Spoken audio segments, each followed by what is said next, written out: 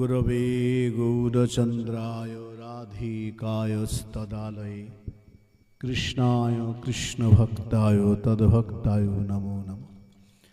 वंशाकल्पतरुर्भश्च कृपा सिन्धुभ्य एव च पतितानां पावनेभ्यो वैष्णवेभ्यो नमो नमः। हरे कृष्णा कृष्ण कृष्ण हरे हरे, हरे राम राम राम हरे। श्री गुरु प्रेमानंद निताई गौर हरि बोल। जय गौर जय निताई। আমি কিন্তু বাংলাতেই বলবো, হ্যাঁ। জয় গৌর। না আমি তো প্রথম বাঙালি, যদি হিন্দি বলতে যাই কত যে ভুল বলবো তার ঠিক নেই, হ্যাঁ, অনেক কমেন্ট হবে, তার থেকে বাংলায় বলি যেটুকু পারি। তবে একটা কথা হলো, আমি এসেছিলাম কাকুর কাছে, একটু আদর পাবো, পেয়েছি, কিন্তু মাঝখানে কি হলো, এই দাদারা দুজন আমাকে ধরেছে, তো সব ছাড়ি আজ্ঞা বলবান, আদেশ তো পালন করতে হবে, যাই ঘটুক আজ্ঞা পালন করতে হবে, কেন আদেশ পালনে শক্তি বৃদ্ধি হয়, শাস্ত্রে বলছেন। আদেশ পালন করলে শক্তি সমৃদ্ধি বাড়ে। তো আমাদের ছোটবেলায় যখন মানে বাংলা আদর্শলিপি বই ছিল, সেখানে একটা খুব সুন্দর কথা আছে, আদেশ করেন যাহা মোর গুরুজনে, আমি যেন পালি তাহা ভালো মনে। মানে আমাকে আদেশ যেটা হবে সেটা আমি যেন খুব ভালো করে পালন করতে পারি, এই প্রার্থনা। আদেশ করেন যাহা মোর গুরুজন, আমার যারা গুরুজন, অর্থাৎ যাদেরকে আমি গুরু বলে মনে করি, যারা আমার সম্মানীয়, তাদের আদেশটা আমি যেন ঠিকমতো পালন করতে পারি। আর আদেশ পালন কি হয়, আজকে আস্তে আস্তে আমার এক ভাই পরমানন্দ বলছিল, রাস্তাতে বলছিল, দাদা আদেশ পালন করলে কি হয়, যার আদেশ পালন করা হয় তিনি শক্তিটা দিয়ে দেন, যিনি আদেশ করছেন, যদি আমরা তার কথা অনুসারে আদেশটা পালন করি, শক্তিটা ওখান থেকেই আসে, আমার শক্তিটা হবে না। তো এই হরি কথা বলতে গিয়ে যদি আমার কথার মধ্যে কোনো ভালো কথা বা ভজনবিধি কোনো কথা আপনারা পান, সেটা আমার মনে হয়, আমি বিশ্বাস করি সেটা, এই আসনে বসে যিনি মানে রোজ প্রতিদিন বক্তব্য রাখেন, আমার বিনোদ কাকু, আপনাদের বিনোদ বাবা, তো তার কৃপা, সেটা তিনি তার আসন আমাকে বলিয়ে নেবেন। আর যদি কোনো ভুল ত্রুটি দোষ থাকে, সে দোষটা কার? আমার নয়, এদের দুজনের। গঙ্গারাম দার হ্যাঁ রাম, আমি বসতে চাইনি, না বসিয়েছে, তো এদের ভুল ত্রুটি হলে এদের দোষ, আমার কোনো দোষ নেই, আমি আগেই বলে দিচ্ছি। জয় গৌর। আর নামের মধ্যে তো দুটো শব্দ আছে, গঙ্গা আছে, রাম আছে, হ্যাঁ, দুটোই পবিত্রকারী, তো ভুল ত্রুটি হলে পবিত্র হয়ে যাবে আপনা আপনি, সেই বিশ্বাস থেকে আমরা এগোই। চৈতন্য ভাগবতে আর একজন পাশে বসে আছেন, হ্যাঁ না নিতাই বিনে ভাই রাধা কৃষ্ণ পাইতে নাই, সে নিতাই প্রভু। তা যাই হোক, শক্তি সঞ্চার করবেন, এই প্রার্থনা। আমরা প্রবেশ করি চৈতন্য ভাগবতে। একদিন অদ্ভুত সুন্দর একটি লীলা, চৈতন্য ভাগবতে মধ্য লীলার ৫ম পরিচ্ছেদ।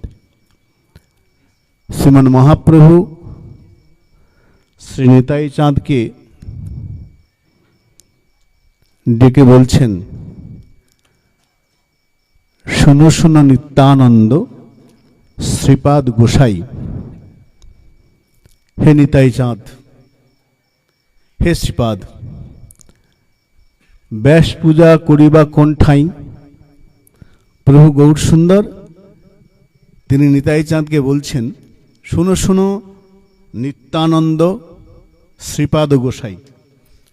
আমরা মহাপ্রভুর নিতাই চাঁদের প্রতি যে সম্বোধন, সেটা যদি ভালো করে দেখি, সেখানে বললেন শোনো শোনো নিত্যানন্দ শ্রীপাদ গোসাই। শ্রীপাদ শব্দটা দিলেন নিতাই চাঁদের সঙ্গে। নিতাই চাঁদ কেমন? বৃন্দাবন দাস ঠাকুর তার অষ্টকের মধ্যে বলছেন, নিতাই চাঁদ কেমন জানো? শরৎচন্দ্র ভ্রান্তিং স্ফুরদমল কান্তিং। শরৎকালের চাঁদের যে শোভা সৌন্দর্য, শরৎকালের চন্দ্র তো প্রতিদিনই ওঠে, শরৎকালের যে চন্দ্র, সেই চাঁদের যে শোভা কিরণ, শরৎকালে চাঁদের মনে অহংকার ছিল খুব, যে আমি খুব সুন্দর, আমাকে নিয়ে কবিগণ ভালো ভালো কবিতা লেখে, কাব্যে লেখে।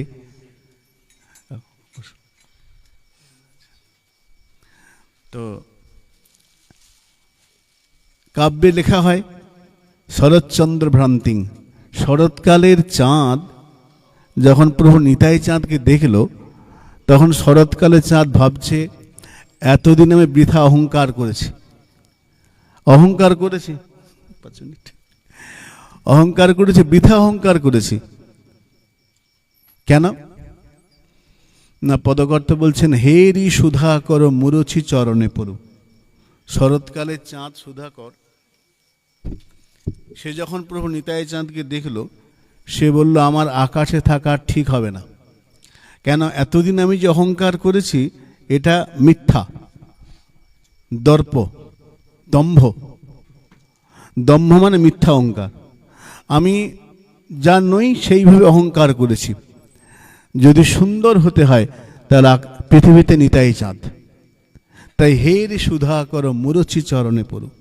আকাশের চাঁদ প্রভু নিতাই চাঁদের সৌন্দর্য মাধুর্য দেখে শরৎচন্দ্র ভ্রান্তিং, শরৎকালে চন্দ্র মূর্ছিত হয়ে নিতাই চরণে পড়েছে।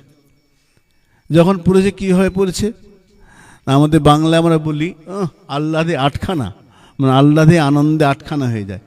তো চাঁদ বলল আমি আহ্লাদে আটখানা হব না, আমি 10খানা হব।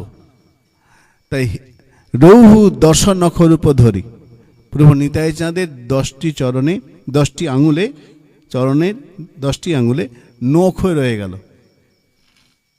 রহু দশ নখর উপধরি।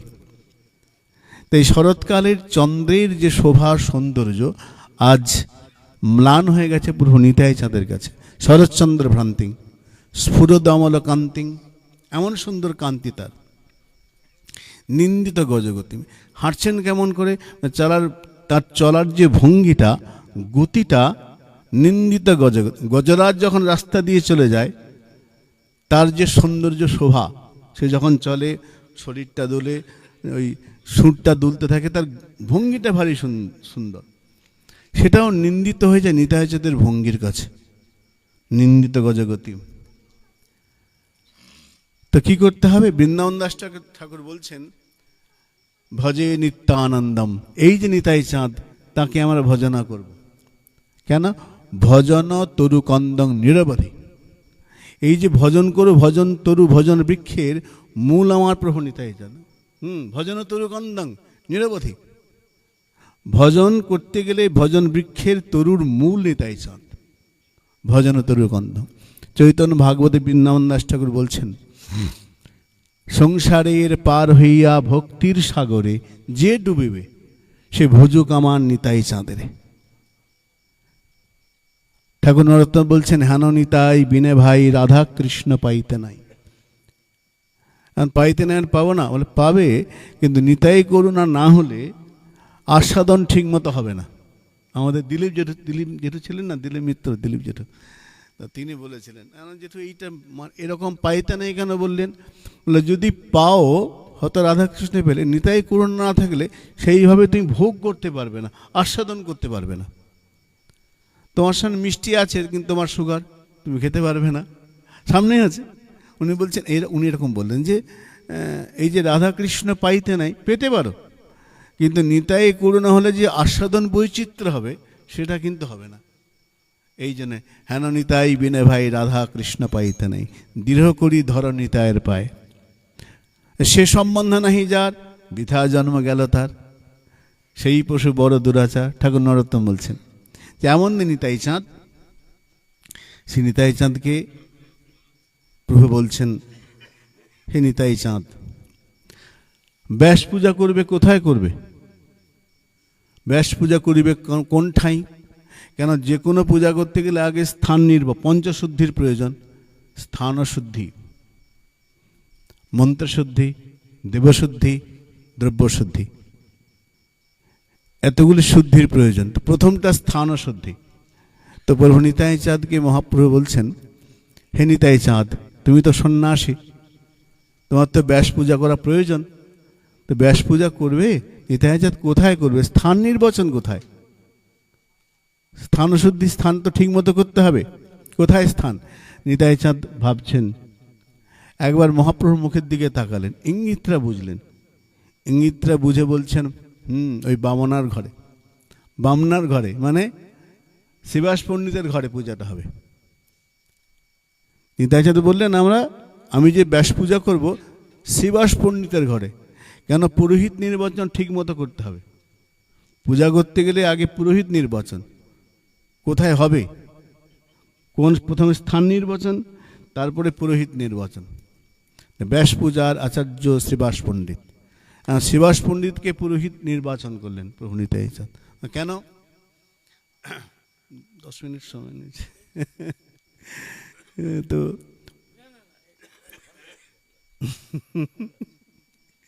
তো ব্যাস পূজার নির্বাচন, আচার্যকে না, শ্রীবাস পণ্ডিত। শ্রীবাস পণ্ডিত কেন ধরলেন? আমাদের শ্রীবাস অষ্টকে ভারী সুন্দর উত্তর দিচ্ছেন মহাজন, বৈষ্ণবপদ মহাজন বলছেন, আশ্রয় আমি শ্রী শ্রীবাসম।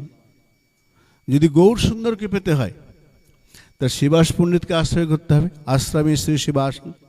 কেন? তমাদ্যং পণ্ডিতং মুদা। গৌর আরাধনা করতে গেলে পণ্ডিত ব্রাহ্মণের প্রয়োজন। শ্রীবাস পণ্ডিত সেই পণ্ডিত, আশ্রয় আমি, তাকে আশ্রয় করো। পণ্ডিতং মুদা, তিনি কেমন? শুক্লাম্বরধরং গৌরম, গাত্রবড় গৌর, শুক্ল বসন পরেন, শুভ্র বস্ত্র পরেন এবং নিয়মিত তাই আমাদের যে আত্মধ্যান আছে আমাদের পূজাতে, সেখানে বলা আছে সাধক যখন ধ্যানে বা পূজায় বসবেন, কিছু বলবে? আচ্ছা, সেখানে বলছেন যে আত্মধ্যান দিব্য হরিমন্দিরাঢ্য তিলকম কণ্ঠং সুমালান্বিতম বক্ষ হরিণম শুভকং শ্রীখণ্ডলিপ্তং পুনঃ শুভ্রম সূক্ষ্মবাম্বারং। সুন্দর সাদা বেশ পোশাক থাকবে। তা শিবাস পণ্ডিত শুক্লাম্ব ধরম, সাদা বসন পড়েছেন, পবিত্রতার প্রতীক, শুদ্ধতার প্রতীক, শুদ্ধ বসন পড়েছেন। আর গৌর ভক্তি প্রদায়কম, গৌর পেতে গেলে শিবাস পণ্ডিতকে না ধরলে, গৌর ভক্তি পেতে গেলে শিবাস পণ্ডিত আশ্রয় করতে হবে। তা প্রভু নিতাই চাঁদ বলে, আমি ঠিক আশ্রয় করেছি, আশ্রয় আমি শিবাসম। পুরোহিত নির্বাচনকে না, ব্রাহ্মণ আমার শিবাস পণ্ডিত, তার ঘরেই থাকবো, ওখানেই পূজা হবে, আর ব্রাহ্মণ না শিবাস পণ্ডিত। এখন এই পুরোহিত নির্বাচনটা খুব প্রয়োজন, যদি ভুল হয় সমস্যা হবে। আমি এক আচার্যের মুখে শুনেছিলাম, সাধু মুখে শুনেছি প্রসঙ্গটা। আমাদের মা পার্বতী একদিন শিবের কাছে অনুযোগ করছেন, হে মহাদেব, আপনি দেবাদিদেব মহাদেব, দেবতারা যখন বিপদে পড়ে আপনার কাছে ছুটে আসে, দেবরাজ ইন্দ্র, তার কত সুন্দর ইন্দ্রমোহন, বিষ্ণু তিনি বৈকুণ্ঠে থাকেন, আর আপনি মহাদেবী এখানে থাকেন, ভালো ঘর নেই, একটা ভালো ঘর প্রয়োজন, সুন্দর ঘর, আমার এতগুলি সন্তান মেয়ে নেই, একটা ঘর ভালো হয়। তো তখন আমাদের মহাদেব বলছেন, ঠিক আছে, আমি বিশ্বকর্মাকে বলে দিচ্ছি, তুমি যেমন বলে বানিয়ে দেবে। বিশ্বকর্মাকে মা বলছেন, সুন্দর করে বানিয়ে দাও। বিশ্বকর্মা, মা আপনার আদেশ, আপনি যেমন বলবেন আমি সুন্দর করে বানিয়ে দেবো। তো সুন্দর করে একদম নগর বসে, মানে সোনার সুন্দর মন্দির, এত সুন্দর দেখে মা পার্বতী মুগ্ধ, আরে কি সুন্দর ঘর, কি সুন্দর মহল, ভারী সুন্দর, আহা, এত সুন্দর মহল হয়েছে, গৃহপ্রবেশটা ভালো মতো করতে হবে, তো গৃহপ্রবেশ প্রয়োজন। হ্যাঁ নিশ্চয়ই গৃহপ্রবেশ, এত সুন্দর মহল যখন, গৃহপ্রবেশটা ভালো করে করতে হবে। হ্যাঁ ঠিক আছে। তো বিষ্ণু বলছেন, মা পার্বতী বলছে, হে মহাদেব, আপনি তাহলে ভালো ব্রাহ্মণ ঠিক করে দিন। শিব একটু মুচকি হেসে বললেন, একটা ভালো ব্রাহ্মণ আমার জানা আছে, খুব ভালো ব্রাহ্মণ। কে?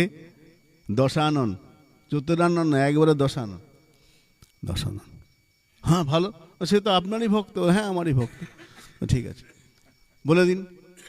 শিব এসেছেন, এই রাবণ এসে, দশানন রাবণ এসেছে। রাবণ যেগুলো দেখে বাপরে, যা বিরাট মহল, মহাদেব সাধু পুরুষ যোগী, তাকে এটা মানায় না। উনি মনে মনে ভাবছেন এটা তো আমাকে হলেই মানায়, আমাকেই ভালো লাগবে, আমার জন্যই ঠিক আছে, কিন্তু এমনিতে বলা যাবে না। তো পুজো টুজো হলো, যেমন যেমন পুজো করা সব সুন্দর বিধি, এমন সুন্দর পূজা হলো, মহাপ্রভু তো একদম মুগ্ধ, বলে সত্যি দশানন রাবণ, তোমার পূজা আমি মুগ্ধ হয়ে গেছি। আচ্ছা, তো বলো দক্ষিণা কি নেবে? বলে মা থাক দক্ষিণা, না না না, দক্ষিণা নিতে, তুমি এত পূজা, সুন্দর পুজো, দক্ষিণা না দিলে কর্মসিদ্ধি হয় না। দক্ষিণা মা যদি দেবেন তাহলে আগেই বলে দিন, তিনি সত্যি করুন, পরে ফিরবেন না তো। না না, সে কি বলো, আমি তোমাকে নিশ্চয়ই, তুমি বলবে যা চাইবে, না আগে আপনি মা কৃপা করে 3 বার তো বলুন, হ্যাঁ দেবো দেবো দেবো, তিনি সত্যি করুন। হ্যাঁ ঠিক আছে, আচ্ছা রাবণ তুমি যা চাইছো 3 বার, মা যদি দেন কৃপা করে দয়া করে এই মহলটা দক্ষিণেশ্বর। হ্যাঁ এরকম তো না মা, আমি তো আগে বলেছি আপনি চাই না, কিন্তু আপনি দেবো বলেছেন, যদি দেন তাহলে এটা, নালে থাক, না দিলে থাক, তাহলে নিয়ে যাও। সেই ভাসলেন, আমি আগেই মুচকি হেসেছিলেন যে এটা আমার জন্য তোমার জন্য না, আমাদের কৈলাসই ভালো, যেমন আছে থাক। রাবণ নিয়ে চলে গেল। তাহলে পুরোহিত নির্বাচন ঠিকমতো করতে হবে তো। তো মহাপ্রভু বলছেন আচার্যকে, বলে শিবাস আচার্য প্রভুকে। আচ্ছা, নির্বাচন হলো, শিবাস পণ্ডিত বললেন, মহাপ্রভু বলছেন তোমার উপরে ওর ভার হয়ে যাবে না তো, তুমি যে এই পূজার দায়িত্ব নিলে? বলে হ্যাঁ আমি পারবো, আমি সব পারবো। তাহলে সব দায়িত্ব তোমার, সব দায়িত্ব। পূজার ব্যবস্থা আচার্য প্রভু, কি পদ্ধতি হবে? পূজাতে হবে, পূজার ব্যাস পূজার পদ্ধতি তো আছে, বেদব্যাসের পূজা। ব্যাস কিরকম? বলে সন্ন্যাসীর ব্যাস পূজা করতে হবে, বেদব্যাসের পূজা, ব্যাস পূজা। ব্যাস কিরকম? শাস্ত্র বলছেন বেদব্যাসের মধ্যে তিনি ভগবান, সন্ন্যাসীরা ব্যাস পূজা করবেন। কেন?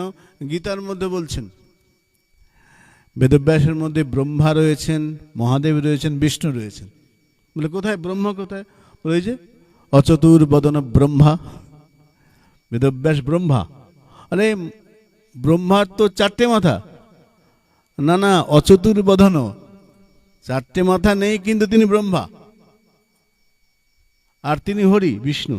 বলে বিষ্ণু কি করে? বিষ্ণু 4টে হাত, না 2টো হাত, বিবাহুর পরে হরি। অভালো লোচন শম্ভু, ইনি শম্ভু বটে, বিষ্ণু বটে, আর ব্রহ্মা বটে। তাই তিনি প্রণম্য, তাই পূজ্য। সন্ন্যাসী পূজা করতে হবে, তো ব্যাস পূজা করতে হবে। ঠিক আছে, ব্যবস্থা সব হলো। শিবাস পণ্ডিত একটা মালা নিয়েছেন, বলে পূজা করতে হবে তো, তা আপনি হেনিতাই চাঁদ এখানে বলছেন, শোনো শোনো নিত্যানন্দ এই মালা ধরো, চৈতন্য ভাগবত বলছেন, শোনো শোনো নিত্যানন্দ এই মালা ধরো, মন্ত্র পড়ি বেদব্যাসের পূজা করো, মন্ত্র পড়ি বেদব্যাসের নমস্কার করো, এই মালাটা নাও আর পড়াও। শিবাস পণ্ডিত বলছেন শোনো শোনো নিত্যানন্দ এই মালা ধরো। কারণ আমাদের শাস্ত্রে পুরোহিত দর্পণে মালার একটা বিধান বলা আছে, পুষ্পমালা অর্পণ, তো সেখানে অর্পণের বিধান আছে, মন্ত্রের মধ্যে বলা আছে সূত্রেণ গৃহীতং পুষ্পম। এই যে মালাটা গাঁথা হয়েছে, মালাটা গাঁথা পবিত্র সুতো দিয়ে হয়েছে, যে কোনো সুতো দিয়ে নয়। সূত্রেণ গৃহীতং পুষ্পম মালা, এই যে ফুলের মালাটা সুতো দিয়ে, পবিত্র, যে কোনো সুতো নয়, সুন্দর করে হয়েছে, অর্থাৎ ভগবত সেবায় লাগে এমন দ্রব্য দিয়ে তৈরি হয়েছে এই মালাটা। আর কি রকম? সুগন্ধি পুষ্প সমন্বিতম, যে কোনো ফুল নয়, ঠিক যে ফুলগুলো ভগবত সেবায় লাগে সেই ফুল, সব ফুল সব জায়গায় লাগবে না। আমাদের হরিভক্তি বিলাসে কোন পুষ্প কোন দেবতায় কখন লাগবে, ফুল যদি নির্বাচন ভুলভাল হয়ে যায় দোষ লেগে যাবে, দোষ লাগবে। পুষ্প নির্বাচন, পুষ্প চয়ন, কোন ফুল দিতে হবে, তা নানা গন্ধ, যে ফুলগুলোর মধ্যে সুন্দর সুন্দর গন্ধ আছে, যে ফুলগুলো অঙ্গে লাগলে আরাম হবে বিগ্রহের ঠাকুরের, সেই পুষ্প, নানা পুষ্প সমন্বিতম, সেই মালা দিয়ে হয়েছে। তো শিবাস প্রভু বলছেন, ধরো ধরো, দাও মালাটা, দাও দাও মালা দাও। মালাটা নিতাই চাঁদের হাতে দিয়েছেন। প্রণাম করে এবার বেদব্যাসকে বললেন, এবার প্রণাম করে বেদব্যাসকে দিতে মালা পরো। এবার মালাটা হাতে নিতাই চাঁদ তাকাচ্ছেন এদিক ওদিক, আরে গ্রন্থে পড়িয়ে দিন, পড়িয়ে দাও, তো তাকাচ্ছেন। শিবাস বলছে, পড়াও পড়াও, দেরি করো না, সময় ছিল, পড়াতে হবে তো মালাটা। নিতাই চাঁদ বারবার তাকাচ্ছেন। এ খবরগুলো প্রভু বাবুর মহাপ্রভু তখন ওখানে কীর্তনে নৃত্য করেছেন। তিনি, তার কাছে খবরে গেল শিবাস পণ্ডিত বারবার বলছেন, কিন্তু প্রভু নিতাই চাঁদ মালাটা পড়াচ্ছেন না, মালা পড়াচ্ছেন না। তখন প্রভু ছুটে এসছেন, শ্রীপাদ মালাটা পরিয়ে দিন। যেই মাত্র নিতাই চাঁদ এসে দাঁড়িয়েছেন, এই প্রভু গৌর সুন্দর দাঁড়িয়েছেন, মালাটা নিয়ে মহাপ্রভুর গলায় পরিয়ে দিয়েছেন। মালাটা মহাপ্রভুর গলায় পরিয়ে দিলেন। ব্যাপারটা কীরকম হলো? মালা তো বেদব্যাসের জন্য, ব্যাসপূজার মালা, মহাপ্রভুকে পড়ালেন কেন? রাধারবীন্দ্রনাথ তার ব্যাখ্যার মধ্যে বলছেন যে ভাগবতে একটা শ্লোক আছে, যথা তরমল নিশৌচানেই না। যেমন গাছের গোড়ায় জল ঢাললে শাখা প্রশাখায় এমনি পেয়ে যায়, পুষ্ট হয়, যেমন মুখে আহার দিলে সমস্ত শরীর পুষ্ট হয়ে যায়। আমরা প্রত্যেক অঙ্গের জন্য আলাদা করে কোনো আহার দিই না, যে চোখে দেখতে পাচ্ছি তার চোখে ভালো খাবার দিই, কিছুটা খাবার চোখে দিলাম, কিছুটা কানে দিলাম, ভালো হবে? হবে না। ওই এক জায়গায় আহার দিলে সমস্ত শরীর পুষ্ট হবে। সেরকম যেমন গাছের গোড়ায় জল দিলে গাছের পাতা, ফল, পুষ্প সব পেয়ে যায়, সেরকম মহাপ্রভুর পূজা করলে, কেন বলে অবতার ও সার গোর অবতার, যত অবতার, বেদব্যাস আবেশ অবতার, সমস্ত অবতার তার মধ্যে রয়েছেন। তাই প্রভু নিতাই চাঁদ অবতারের সার গোর অবতারের গলায় মালাটি পরিয়ে দিয়েছেন। যেই পড়ালেন সঙ্গে সঙ্গে প্রভু নিতাই চাঁদকে মহাপ্রভু ষড়ভুজ দর্শন করালেন। ষড়ভুজ দর্শন করে প্রভু গৌর নিতাই চাঁদ মূর্ছিত হয়ে গেলেন। এই অধ্যায়ের নাম ব্যাস পূজা পদ্ধতি। আজকে আর না, এখানে বিশ্রাম। শ্রীগুরু প্রেমানন্দ নিতাই গৌর হরিবল। হরে কৃষ্ণ কৃষ্ণ কৃষ্ণ হরে রাম রাম।